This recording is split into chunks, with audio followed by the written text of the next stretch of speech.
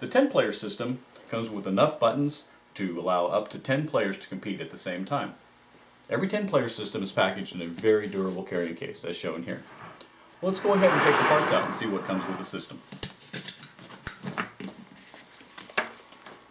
Every system comes with enough push buttons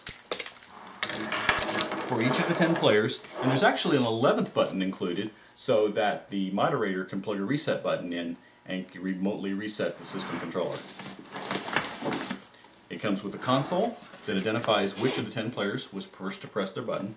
Now the push buttons here have 5-foot cords, and if you're sitting across a table, that's just fine. But if you're sitting further away, you might need an extender.